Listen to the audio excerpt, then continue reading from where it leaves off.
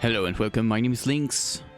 We start Olga Doesn't Die today by Fornoki, who, as you might know, I did cover a few games from before. And they were decent. Actually, not just decent, they were good. They were good. So I sort of assume we might be in for a good time today as well. And next few days, because this has like 32,000 words. So yeah, this is not a one sitting type of game to record. It has multiple endings for, and we'll see. We'll see. Maybe I'll do one only. We'll see. Alright. Synopsis first, as always, and then a jump in. The Imperial family's advisor is a witch, a hag, a devil in disguise. At the turn of the 20th century, unrest stirs in the far north Empire of Muscovy. Over bread and war, taxation and tyranny. And it stays like that until now still. The shadows whisper about the Imperial family and about an immortal witch. They whisper, the Imperial family's advisor is a witch, an old hag with a head full of white hairs. She knows magic like demons, the devil in disguise, tricking the Emperor with her dark arts. As the witch is violently exiled from the capital, the gears of revolution continue to turn toward the blood. A historical drama, Yuri Visual Novel.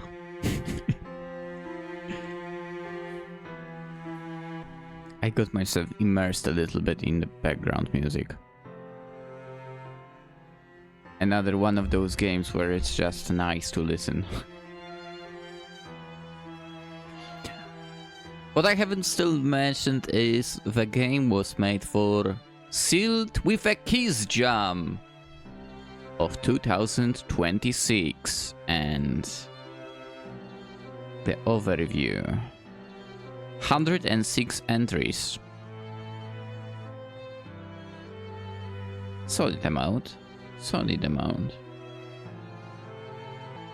But yeah, we have not really played anything from that jam before, I think. You might have not noticed, but I became more picky. Way more picky about itch.io games now. Which maybe is a good thing as well. Anyway, let us begin. At that time, so many hundreds of years ago, I swore an oath to her. As snow fell, powdering the white land of ice that we called home, I bent my knee before her and swore all too willingly my loyalty and eternity to her. To her, for any wishes that she had, I swore myself away. What hot emotions swelled within my little heart at that time. I vowed to look after the empire that she built, nay, the empire that we built together. My small hands merely passing over one small brick to the great structure that she envisioned. I vowed to look after those who would claim descent from her and guide them in her place. There were so many things that she had asked for, and so many things that I promised. I wonder if I was able to keep those promises as the centuries passed.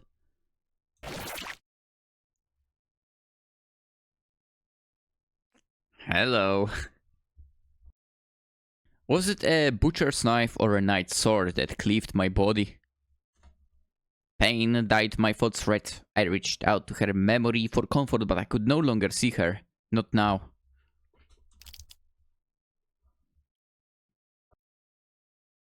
Had I sinned against her, or had her children's empire sinned against me? The hands upon my body were like those of a meatmonger holding a pig for slaughter. The blades tearing apart my flesh were without even the warmth of ice and war. Perhaps not all animals understood what red was. Yet what crimson spilled on the ground tonight would be covered with snow soon. As black cold enveloped me, stealing away even the light of the stars, I had only one thought. Why had things come to this? November 1904. Kitezh, Empire of Muscovy.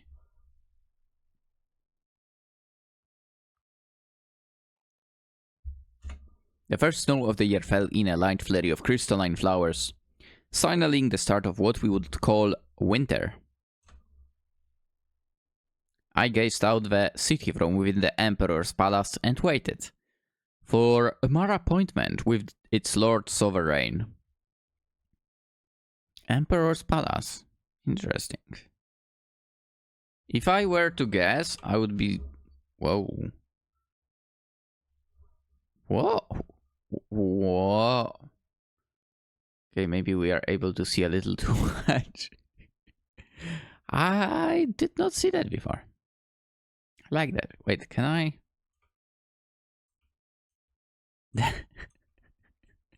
Okay, that is kind of funny for that you can do stuff like this here now.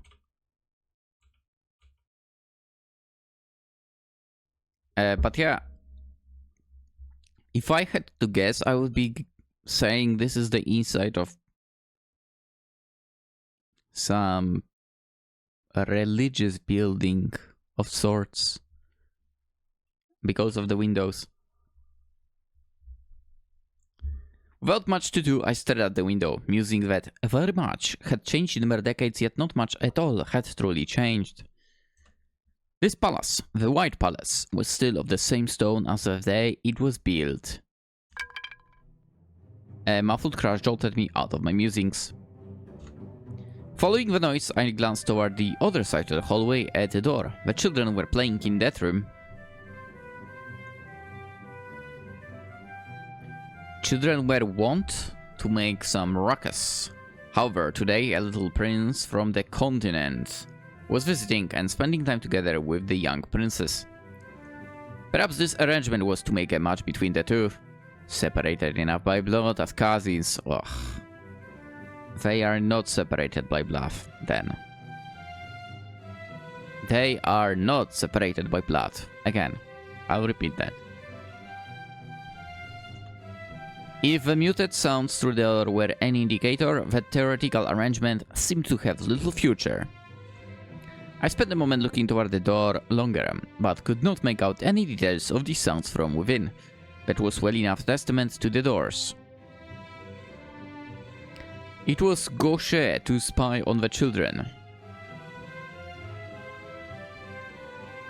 President of United States would disagree, right? I turned on my feet to look back at the window once more, wondering if all of the birds had left for warmer climes, only for the door to slam open.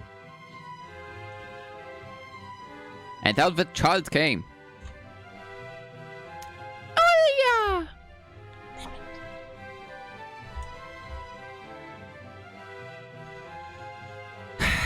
Here I go, butchering the voices again. The first princess and emperor's second child, Ekaterina Alexandrovna Rurikovich, came running out calling her nickname for me. My dearest Ekaterina Alexandrovna, my adorable Katusha. She puffed out her chest as if she had done some great deed. Katusha. Looking at her ruffled hair and wrinkled dress, I could not help but think that perhaps she truly had done a great deed that could not be spoken of. I smoothed out her dress and tidied up her hair. Don't listen to them rumors. I like you very much. Very, very much. When I grow up, I'll propose to you and marry you. Yes, yes. Whatever my sweet Katusha says. I had no idea what she was talking about. I gently patted her head, careful not to mess up the hair that I had just neatened.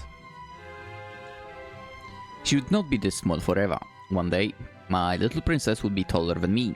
Her father and mother, not particularly short people. I would no longer be able to pet her head like this. Instead, she would be married away, perhaps even to a faraway country on the continent. Olga, you're not concerned at all. It will help with saying all sorts of rude things, like that no one will marry you and whatnot. Rumors were not something I was unfamiliar with.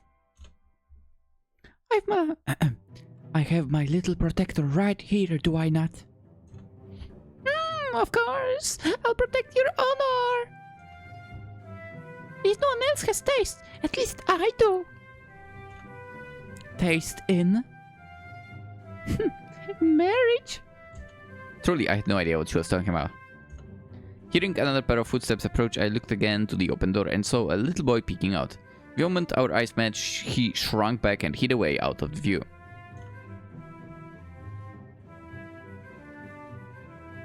Okay. Cousin, those are barely rumors that they have. I had no intention of insulting you. She looks perfectly normal now that I look at her. Even if her hair is whiter than white, I see no evil in that. Immortal witches and hugs and such. Not such a thing, right?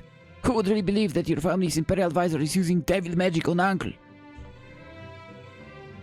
Well, little boys should learn how to watch their mouths.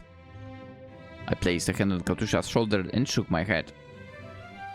Where had the little prince heard of such things? He was a visitor from another land.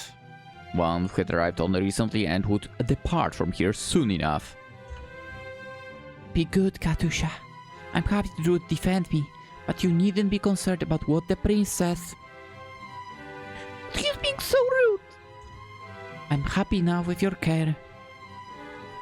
Don't bully him too much, otherwise your father will surely ground you. If you're grounded, we won't be able to see each other. Okay. And I assume that might be bad, supposedly? I promise I'll tell you any story you ask of me next time. Promise? When have I ever broken a promise? My little princess nodded sagely. Alright, I'll endure his presence, but we certainly won't be friends. Out of the corner of my eye, I spotted the nursemaid who was supposed to be watching over Katusha. She was a lower-ranking, noble lady who I was not particularly close with. Now, back to your nanny. Olga, you're meeting with father? Yeah, I'll be meeting with him soon. Okay. I gave Katusha a little pat on the back. She returned to her nursemaid, not without giving the little prince a dirty look, and was ushered back in the room with him. Before the nursemaid stepped back into the room as well, I called out to her. One moment. Lady Olga. Hesitation flickered in her eyes that would not meet mine. How did the two start bickering? In fact, how did it come to the topic myself? I questioned but did not ask. You can tell me. Prince Wilhelm stole some of the Princess Ekaterina's dessert during snack time earlier. Huh? That girl and her sweet tooth. I understand her. She doesn't share food. Completely makes sense. I see.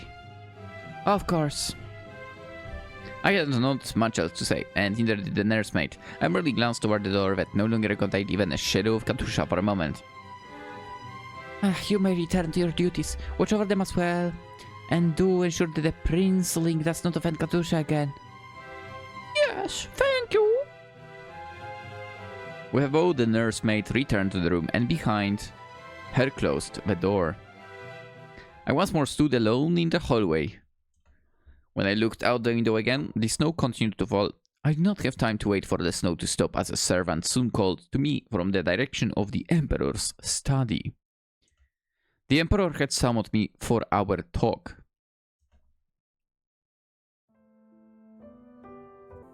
He looks like someone who would be hiding in a bunker. Kinda what you would expect of rulers of... what was it? Muskovna? It's sort of a nice room for... But what was the year? 1902?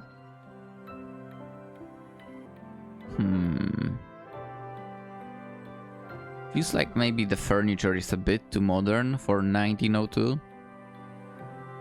And then again, different kind of world, maybe. That's angel creepy for. But I will always say it about like figures, I guess you could call it like that. Gives too much of a vibe of a weeping angel, even though it's not full size here, but still. Anyway, Emperor Alexander V. He was to me still Sasha. I saw him grow from babe to prince to unlikely heir till he became the Emperor of Muscovy. In the past years, he had spoken to me less and less for advice on policy. I simply continued to stay by his family's side, as I always had since before his father's time. Oh. So I guess the stories are true. Perhaps he thought that the words of an old woman were outdated in this modern era of steel. Olga. Malish, Sasha. He gestured for me to take a seat, and take a seat I did.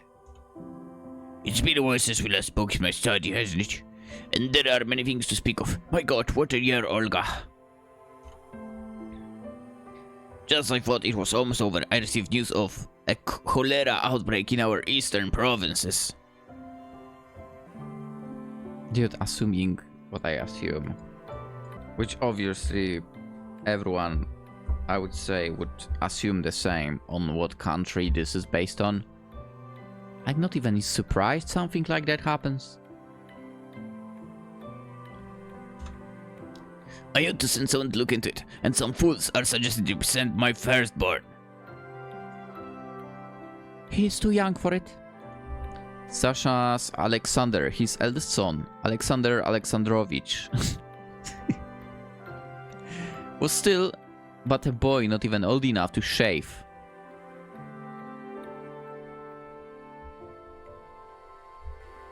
So how old do you mean? Because I had to start shaving at like age of 13. Like literally every day, basically.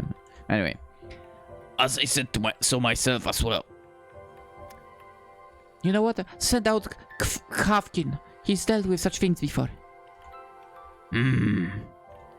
Consider it a poor year to the east.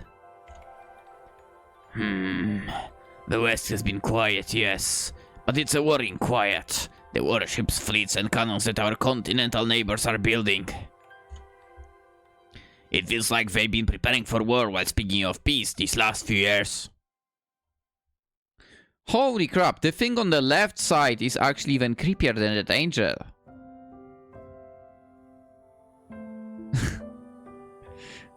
Wow. Well, once the race began, they had no choice but to continue racing. The rat race, basically. And Muscovy, do we continue racing as well? We have no choice but to engage in that race, do we not? My prayer is for Muscovy to not have already been left behind. Move the time to 2026, you guys are so flipping behind.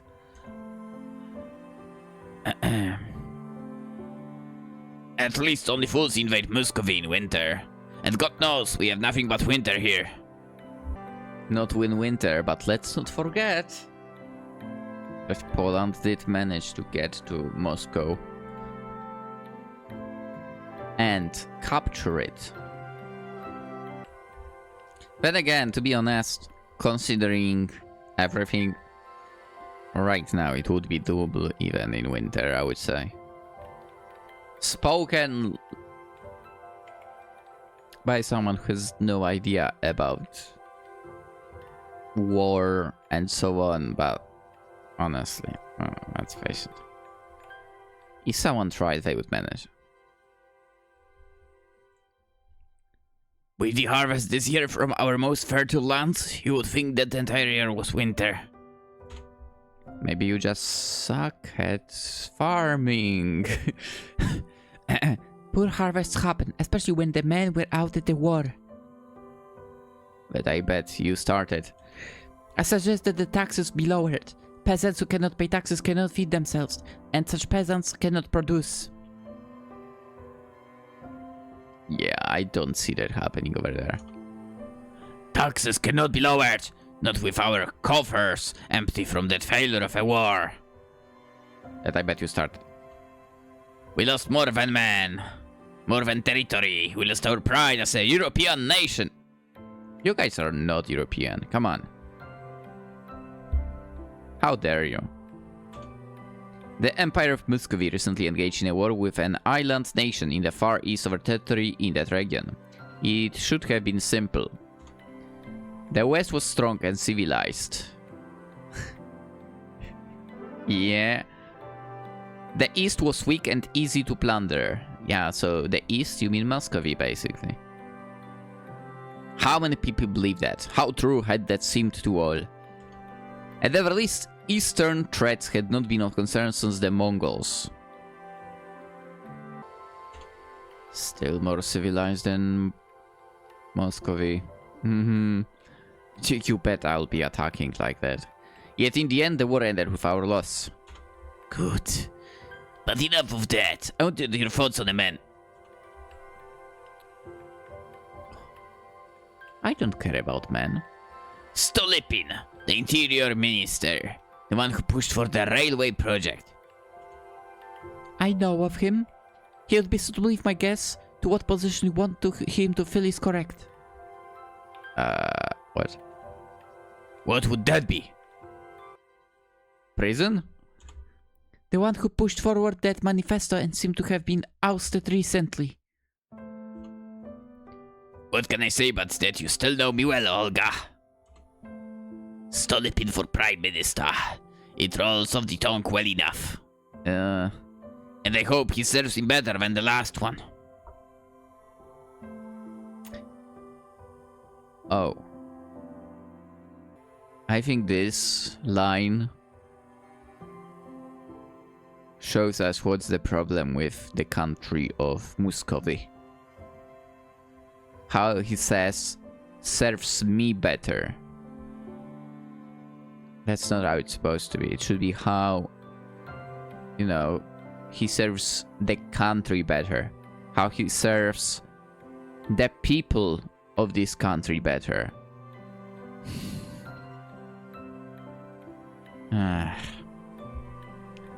What humiliation signing that thing was.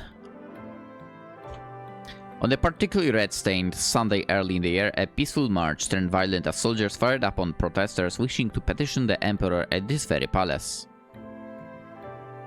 Oh. Well, would you look at that? They don't like the emperor. What a surprise! That and that failed for set off a cascade of strikes and even a mutiny on one of our warships.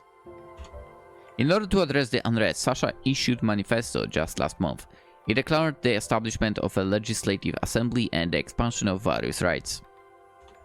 It was a pledge to step toward a constitutional monarchy, a proper constitution still being drafted. He was rather unhappy with the whole affair, but the unrest that boiled over seemed to have finally cooled. Seeing Sasha take a deep breath, the typical precursor to when he wanted to air his grievances, I waited patiently to do nothing but listen. Not even the emperor could have all that he desired. Listening was the least I could do. I have divine right to rule. You have a... What? That's so stupid to say! That's such a stupid thing to say. Wow. The thing is no more than a piece of paper. I intend to dissolve the parliament after things have calmed, perhaps after the new year. What? Neither the parliament nor constitution should limit the emperor. I'm sure you understand, Olga. Nobody sane would understand. This guy's insane already. Dude, I pointed this out with the line, how he talks about how someone serving him. What he's saying now is absolutely wild. Sasha, you ought to hold yourself to your word. The people will revolt as they did before. It is unseemly for a lord to break his promise to his own people in such a way. Your word will no longer hold credence. Is a constitutional parliament so bad? Do you hear yourself?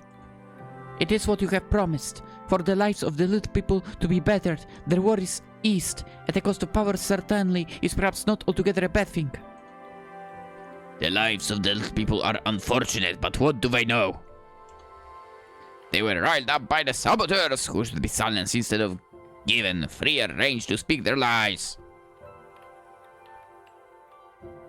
Dude, you're sabotaging everything yourself. A constitution, a parliament, but in truth what they want, the rebels and nobles who push this forward, is to tear apart imperial power like hyenas. I mean, who wouldn't want that, you know? I bet like common people living in that country absolutely would like that. Cause let's face it, their life is not easy with who is at the steering wheel, let's say. When the emperor loses his power over the treasury and his power of the military, he'll become nothing more than a figurehead. I mean, if you think about it, that's what the emperor normally would be. And oh, how they will laugh! How my ancestor will weep! Sasha! Do you also wish for my humiliation? Yes. I wish for no such thing, but I'm afraid I still hold to my suggestion. Because what you're about to do will humiliate you even more. But get out! Sasha! Am I still your ruler? I still get out. Our discussion is over. Leave! As you say, Malish. What an idiot. As I stepped out of the study and back in the hallway, a sigh escaped my lips. Did father get mad at you? Katusha approached me in the hallway, the prince nowhere to be seen, and a folded piece of paper in hand. She stood on her tiptoes and gently patted my shoulder, my head just a little out of reach. I'm sure he'll stop being mad soon, so don't be sad, Olya. Katusha, I'm afraid your father is an idiot. You should realize that already. Thank you, Katusha. I'm not sad at his... Well, I suppose he may be a little mad at me. We had a bit of a disagreement. I was not useful for him. Not as an advisor or a confidant. No, not true. That's not true. The role of an advisor is giving advice, and you gave him the advice. And the guy just wants someone to, like, glaze over him, sort of. Is it? I guess this is actually the correct way to say it. He doesn't care about having an advisor. He wants someone who will constantly be saying, yes, you are doing great. Yes, that's a great decision. Yeah. See the problem here? That's the problems with people who are like emperors or presidents of certain countries now. Orange guy. And so on. Letting out a thinking noise, Katusha then held out that piece of paper to me. This is for you! I took it from her hands and unfolded it to find a drawing within. Can I see the drawing? What is this? It's us! You, me, father, mother, Alexander, and baby Sergei. Do you like it? Yeah, I do. It's very thoughtful of you to draw this for me. I looked at Katusha, at her features that yelled so clear that she was Sasha's child. She was Sasha's father's grandchild, and the great-grandchild of the one before. I could see the resemblance she had to her ancestors even after so many generations. Perhaps I was the only one who saw that resemblance now. Those faces forgotten and only recorded through portraits, paint, on a canvas. Katusha, can you promise me something? It depends what the promise is. Clever. Clever way to do that. A good job on that. Only to be someone who loves the people of the Empire. Can you promise me that? Does that really have much to do with me? My brothers are princes and I'm just a princess. But if you want me to promise that I can do it, I promise that I will be someone who loves the people of Muscovy. Can you pet my heart? And so I did. What do you think I am? Olya is just Olya. Just me. I suppose I am.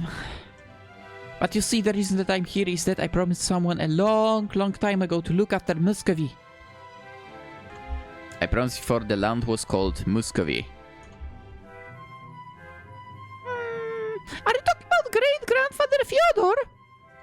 The person who I promised it was not that man who convinced me to return to my role as Imperial advisor after I stepped away a few generations before. The person I promised was someone from far before his time. Nah, it was someone called Vasa. Hey? Yeah, I'm sure that you'll learn about her in your history lessons soon enough if you haven't already. Just as I finished speaking, a soft jingle sounded from Katusha's dress. She retrieved a pocket watch from her pocket. It's time for lessons again. She pouted, her cheeks puffing up so cutely that I wanted to tug on them. She sent me a look as if by talking of lessons, I had somehow summoned them into the world. Well, best not to keep your tutor waiting. Will I see you again later, Olya? Of course. As if my words gave her motivation to study, she hurried off to her lessons. And after parting with the little princess, I stepped out of the white palace and headed down to the city proper for a breath of fresh air. Kitesk was a city of steel, coal and smoke like any city, so to call its air fresh was perhaps no more than wishful thinking. Yeah. Hard to call it fresh. Yet, for whatever reason, whether it's the cold or snow, the air was particularly crisp and clear today.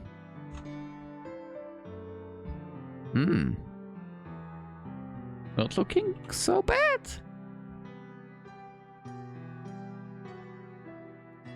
I guess it could use a bit more greenery.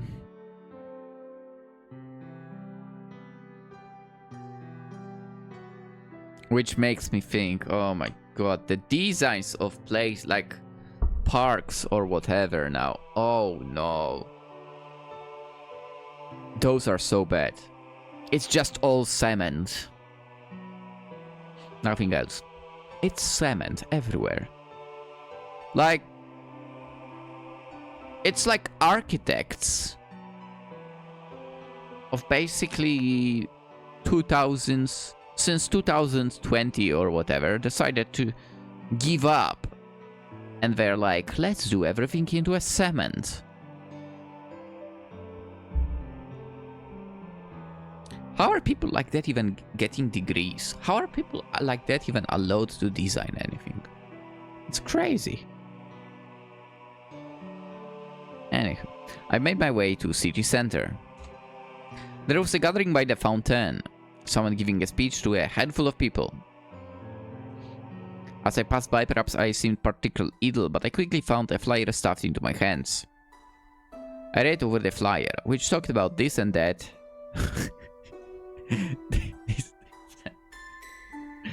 Suffrage, civil rights, reduction of taxes, social welfare, the redistribution of wealth, criticisms of autocracy, abolition of the army and police. To no surprise, I found the name of the known leftist group on the paper.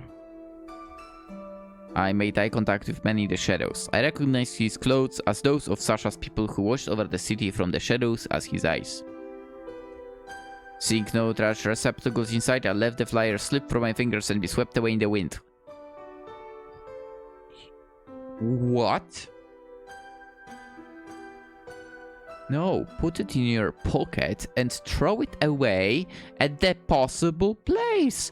Don't trash the place. What the heck, girl? Alright, can I spot a trash bin somewhere?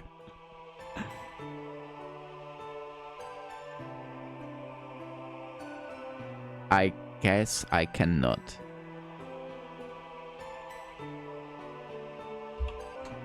The paper would be buried in slush and snow soon enough. I continued walking. As I walked, I listened to the world around me. The war is finally over, but why doesn't it feel like it's over? I hear the Imperial family's advisor is a witch, an evil hag tricking the Emperor with her devil magic. That's why everything is bad now. Now it's the other way around. Even if she's a witch, she's giving good advices. And the other guy just doesn't listen. I can't afford to pay even more taxes. I already had to sell everything at home and move to the city. Wait, what? There wasn't even enough harvest left to live off of. Huh. But... yeah, I mean, I would assume living in the city is more expensive, right?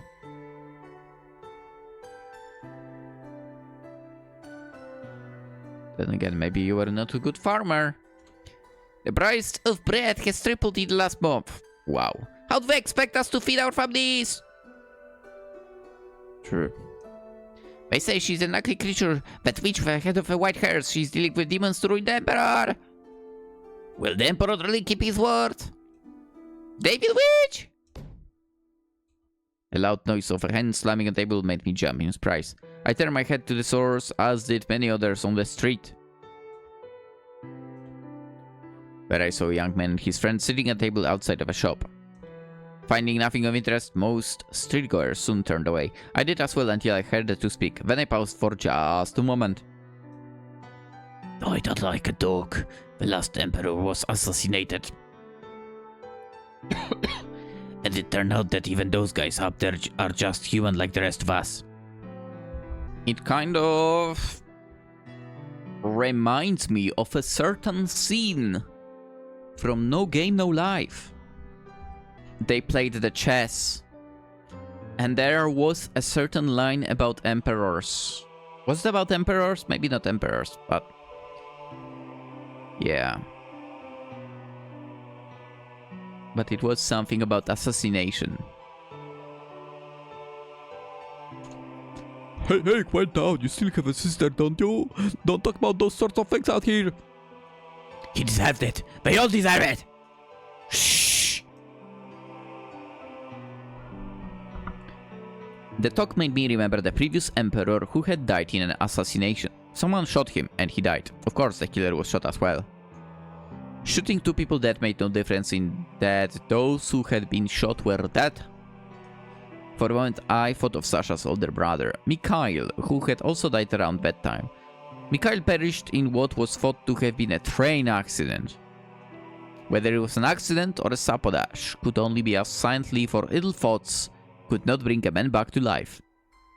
Humans died when they were killed. I wonder, where did you get that line from? That was an unavoidable truth. Sometimes, even without being killed, they died. Oh, snowman.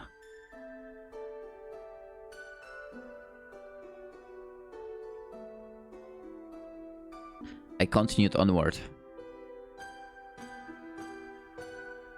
Walking, I noticed a little girl playing alone in the street. Her clothes were a patchwork mess, sewed together with rags that somehow seemed to keep her warm. Then came the sound of hoofs and wheels. A carriage adorned with a noble's emblem came rushing down the street, the horse galloping at a speed far beyond that allowed by the local laws. Yet perhaps knowing that they would not be punished beyond the fine, the carriage continued in a rush right as the child in the street. No one would cry for a poor factory worker's child, not anyone important. The child lifted her head frozen in shock, but she could not move or run from her place. Whether or not anyone else saw her, no one acted. Therefore, I lunged forward!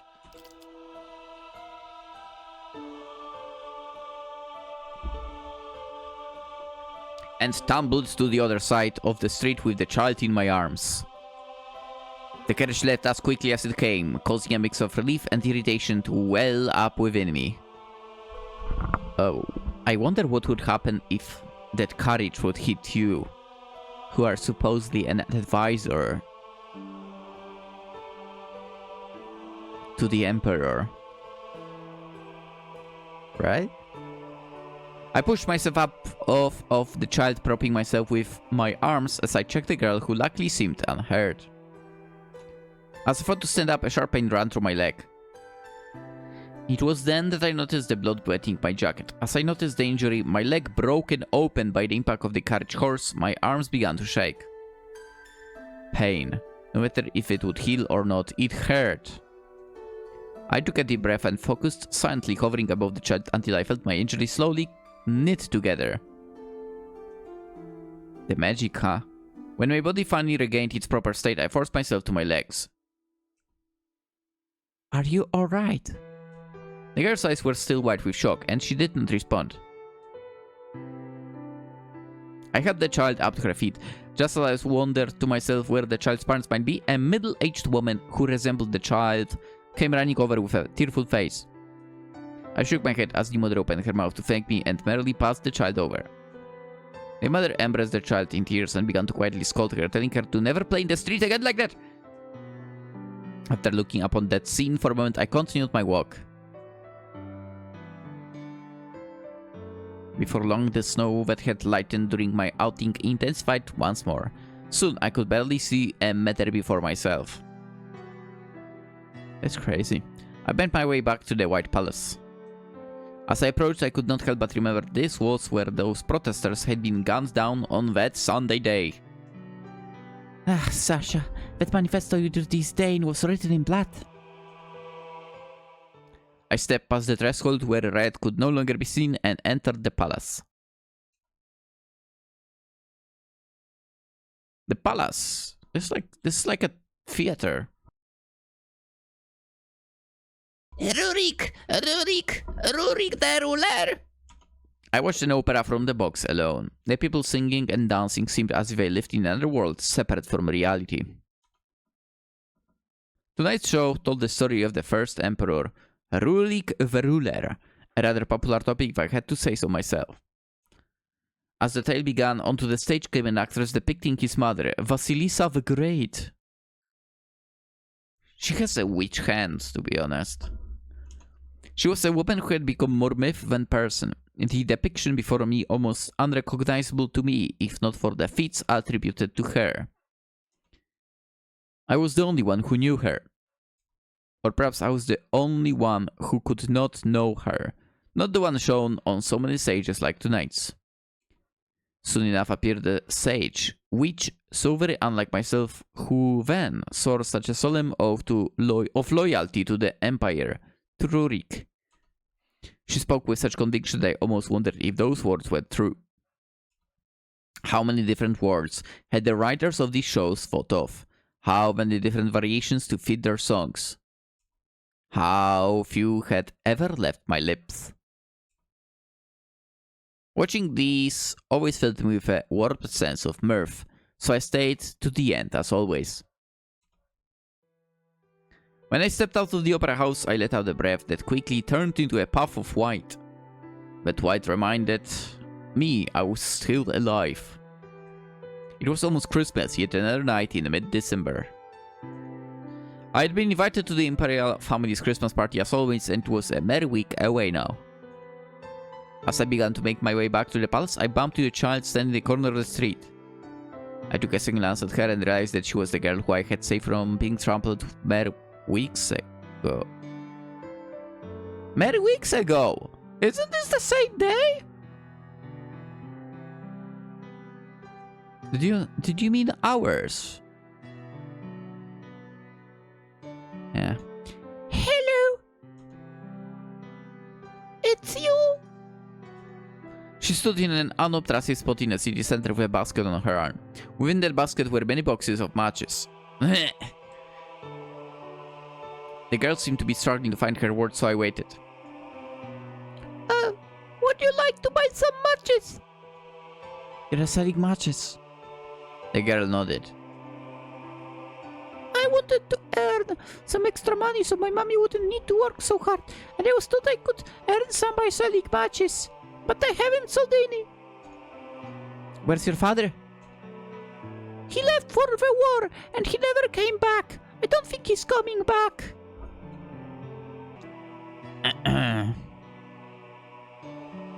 That sounds like something that is happening in 2026 still. For that country. And your mother? She's working right now. What do you think about the current emperor? Don't worry, I won't tell anyone what you say. I don't know, but he must be good, right? He's the emperor, and he keeps everyone safe by being in charge. Sounds like bullshit. My mom said that the Lord is working through him. Right. I heard there is an evil witch sent by the devil controlling him. Maybe everything bad he's ever done is because of her. Maybe everything that actually somehow was good is because of her, but if everything bad is because of him. Yeah. So he's probably good. I see. Anyway, I'll buy all of your matches. I reached into my wallet and retrieved far more than her little basket of matches could be worth. Passing the money to the girl, I asked her, "Will this be enough?" The girl nodded rapidly, her expression was reminiscent of when she was nearly run over by a carriage. Taking the money, she hurriedly handed me the entire basket of matches, which in truth I had no need of. Oh, yeah. Don't give me change. Now, home you go, somewhere warmer than here. After she left, I did as well.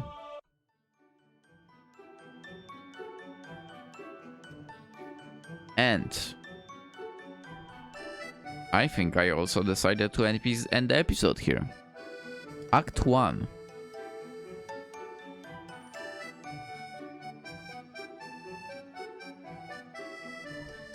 Did the game set at some point that it was an Act 1? I don't think so.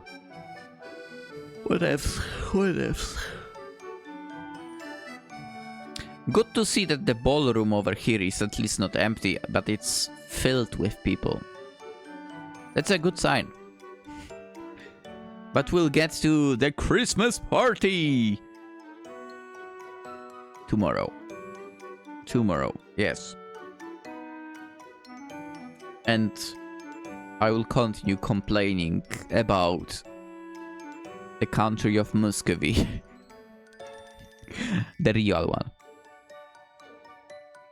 Because why wouldn't I? Anyway.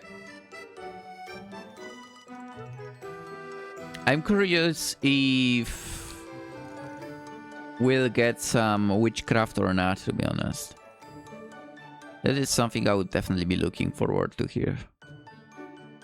So hopefully something will happen. But yeah, let's end it. Hope you guys and not guys enjoyed. Consider liking the video if you did. If you're new around, consider subscribing. And of course, you can find the link to the game in the description. And the game is free. So go get it. Go get it and hoard the games. Because you never know what's gonna happen.